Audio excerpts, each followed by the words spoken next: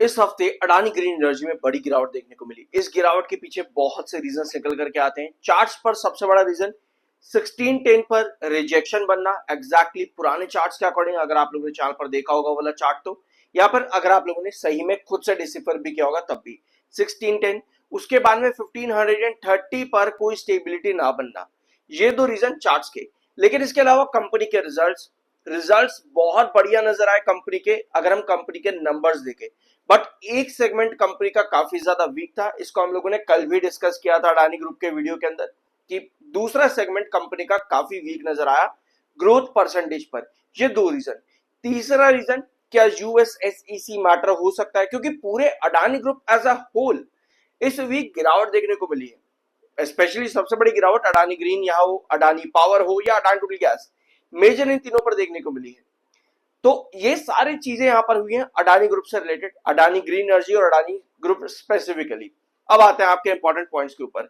शुरुआत करते हैं आज के इस वीडियो को। कंपनी ने पिछले 6 महीनों के अंदर 80% से ज्यादा के रिटर्न बना करके दिए हैं। क्या अब इस गिरावट के बाद में, क्योंकि हम पिछले 2 महीने के लो प्राइस के पास आ चुके हैं, क्या अब इस गिरावट के बाद बाइंग अपॉर्चुनिटी क्रिएट होती है? कैसे, क्यों या नहीं हो रही है तो क्यों, उसको यहां पर समझेंगे। बर्नस्टेन जो कि अडानी ग्रुप को लेकर के काफी ज्यादा पॉजिटिव थे, बहुत ध्यान से सुनना। बर्नस्टेन की रिपोर्ट आज से लगभग 1 महीने पहले आई थी और साथ में जेफरीज की भी, कि अडानी ग्रुप को एसईसी मैटर से रिलीफ मिल जाता है तो आपको डोमेस्टिक और इंस्टीट्यूशनल और फॉरेन इन्वेस्टर्स अडानी ग्रुप पे अट्रैक्टिव देखने को मिलेंगे, यानी कि बाइंग करते देखने को मिलेंगे। अभी तक उस मामले का फाइनल डिसीजन तो नहीं आया है। लास्ट अपडेट आपकी पिछले वीकेंड पर आई थी, पिछले वीकेंड पे, जहां पर एक सवाल लग गया था कि भैया अब आगे इस मैटर में क्या होने वाला है। उसके बाद से कोई अपडेट नहीं आई है, ठीक है। वेयर आज बर्नस्टेन जो पॉजिटिव थे, अब इन्होंने अपनी जो रेटिंग्स है वो अंडर परफॉर्म की कर दी है और टारगेट्स को भी यहां पर कट किया है। ऑल्दो जो अभी भी टारगेट है बर्नस्टेन की तरफ से वो प्रेजेंट प्राइसेस से ऊपर ही है। अब आते हैं आपके मार्केट एक्सपर्ट्स पे। टेक्निकल एनालिस्ट मार्केट एक्सपर्ट्स का कहना है कि अडानी ग्रीन एनर्जी यहां पर कहीं ना कहीं एक गोल्डन क्रॉस बना रहा है 50 डे ईएमए के ऊपर। यहाँ पर 50 डे एमए के ऊपर आप यहाँ पे कह सकते हो 50 डीएमए पे अपना जो है गोल्डन क्रॉस बना रहा है और 200 डे मूविंग एवरेजेस के पास काफी हद तक अच्छा नजर आ रहा है, मतलब कि एक एवरेज प्राइस के पास स्टॉक यहाँ पर आ चुका है। रिजेक्शन 1600 पर है और 50 डीएमए के अकॉर्डिंग जो आपका इंपॉर्टेंट बेस है वो 1480 पर है। ऑफ कोर्स वो 1480 पर था भी, लेकिन इसी हफ्ते 1480 भी ब्रेक डाउन हो चुका है, जिसके बाद कहीं ना कहीं 1350 के पास में अडानी ग्रीन एनर्जी बेस ढूंढ रहा है। अभी चार्ट पर आएंगे, सब्सक्राइब जरूर कर देना, आई एम एनआरएसएम सर्टिफाइड, ठीक है। अब आते हैं आपके वापस से मार्केट एक्सपर्ट्स के ऊपर। तो 1550 से लेकर के 1600 के बीच में रिजेक्शन है एज पर 50 SMA, और जो क्रूशियल बेस लाइन है 1100 से लेकर के 1150 तक देखने को मिलती है। अब आपके पास दो इंपॉर्टेंट ट्रेंड आते हैं बेस के अंदर। 1480 जो कि ऑलरेडी टूट चुका है, अगर हम 50 SMA के अकॉर्डिंग देखें तो 1100 से लेकर के 1150 आपका बेसलाइन बनती है। अब EMA हो, DMA हो, SMA हो, यानी कि आपके exponential moving average, daily moving average या फिर आपके सिंपल मूविंग एवरेज, इन तीनों टेक्निकल्स को अगर हम एक साथ लेंगे तो भैया बड़ी दिक्कत हो जाएगी। कुछ भी आसानी से नहीं मिलने वाला, फिर तो कुछ समझ ही नहीं आएगा। बेटर ये है कि हम सभी चीजों को चार्ट के ऊपर समझें। तो एक बार यहाँ पर चार्ट पर आना, एक बार आप अडानी ग्रीन एनर्जी के, और इसको थोड़ा सा इस चार्ट को हम इतना खोलना है अभी हमको, ठीक है। 1610 तो हमारा रिजेक्शन था 1610 का, 1550 के आसपास हमको इसमें टिकना था। 1480 आपका पुराना बेस रहा है, एक बार, दो बार, तीन बार पुराना रिजेक्शन भी रहा है 1480। इसके बाद में आपके पास जो नेक्स्ट बेस लाइन आते हैं वो कहीं ना कहीं 1430 पे आते हैं, जो कि वो भी टूट गई।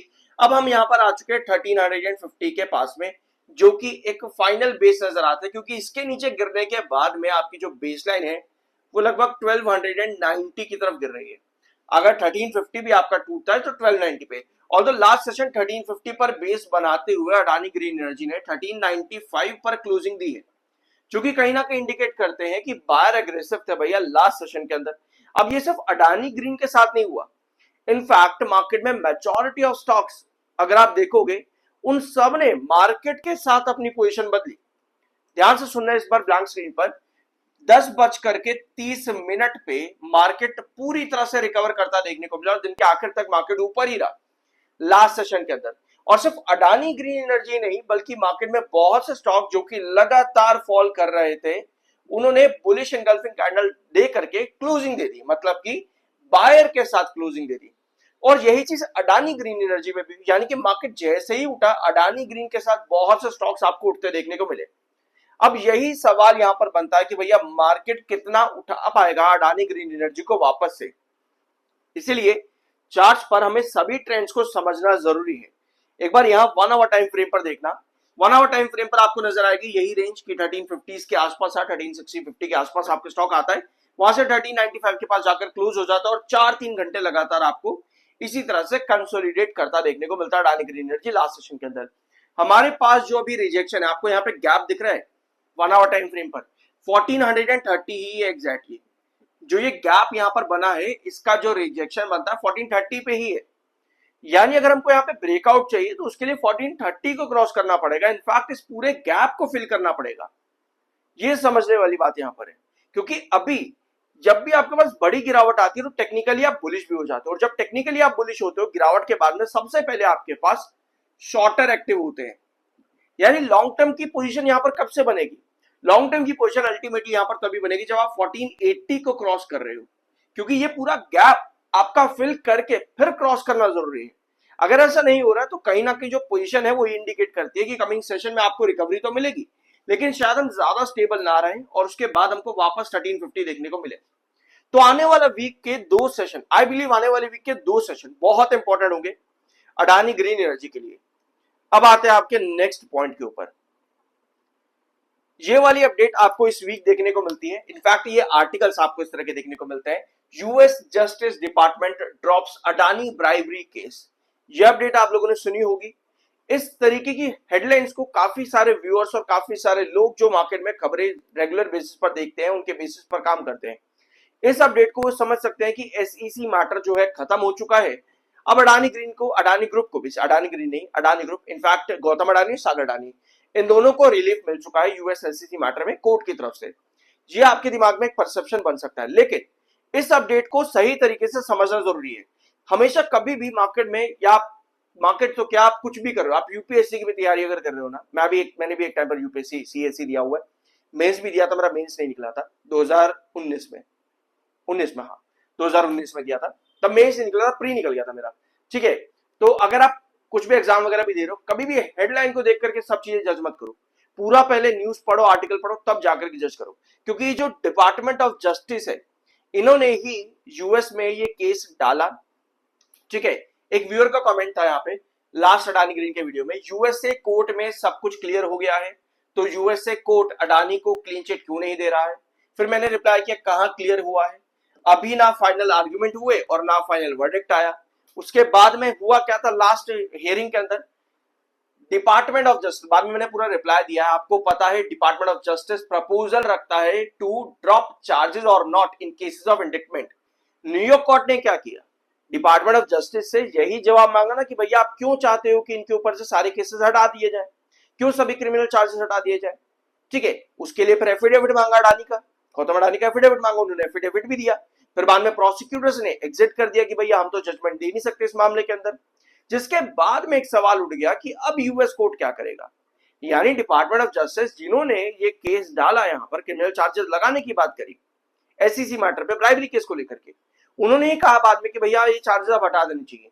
प्रोसिक्यूटर्स ने कहा कि भैया हम इस पर जवाब नहीं देंगे, यूएस कोर्ट ने कहा कि भैया आप क्या करें। तो एक सवाल यहां पर लग गया है कि आगे इस मैटर में क्या होगा, क्योंकि अभी ना ही फाइनल आर्ग्यूमेंट्स हुए ना ही फाइनल वर्डिक्ट आया, तो ये अभी मैटर खत्म नहीं हुआ है।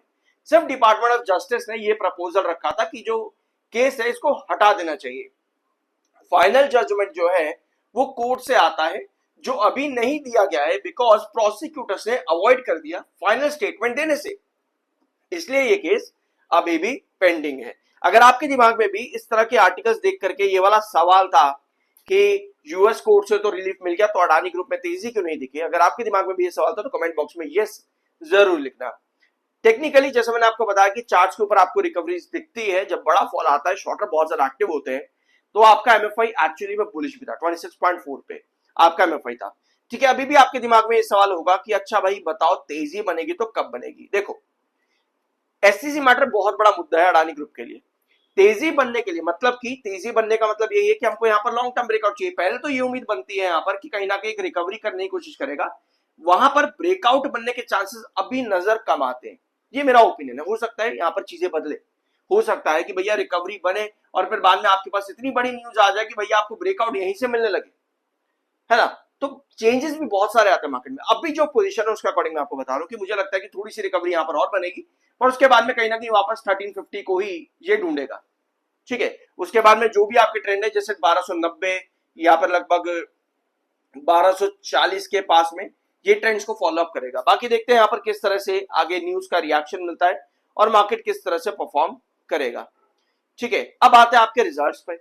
जैसा कि आप लोगों ने पिछले वीडियोस में देखा, अडानी पावर के वीडियो में मैंने आपको कल भी बताया था कि अडानी ग्रीन के रिजल्ट्स बहुत बढ़िया थे, इनफैक्ट अडानी पावर के भी, लेकिन वहां पर 10% का आपका पैट जो है वो कम हुआ था एनुअल बेसिस पर, है ना।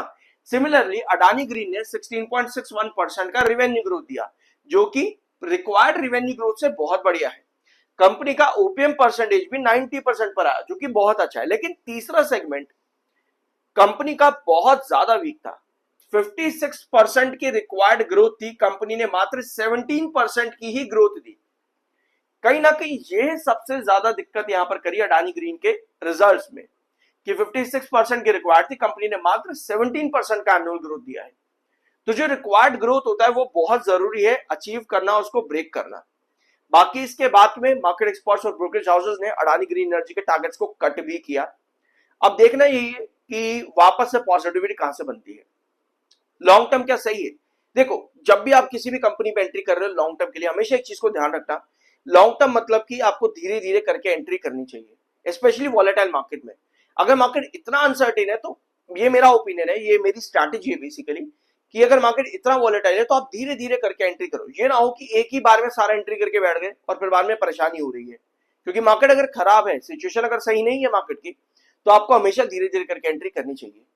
लॉन्ग टर्म में अगर आप जा रहे हो चाहे कुछ भी कर रहे हो, हमेशा धीरे करके। पर अगर मार्केट बहुत अच्छा दिख रहा है और चार्ट्स की पोजीशन भी काफी बड़ी है, फॉर एग्जांपल 700 से लेकर के कंपनी ने 100% 80% तक के रिटर्न दिए, अगर चार्ट्स बहुत अच्छे दिख रहे हैं तब वहां पर आप बड़ी एंट्री कर सकते हो एक बार के अंदर। अदरवाइज धीरे धीरे करके एंट्री करो, ये आपके ही फायदे की बात रहेगी। आई होप कुछ नया जानने को मिला होगा। सब्सक्राइब करते जाना, मिलता अगले वीडियो में।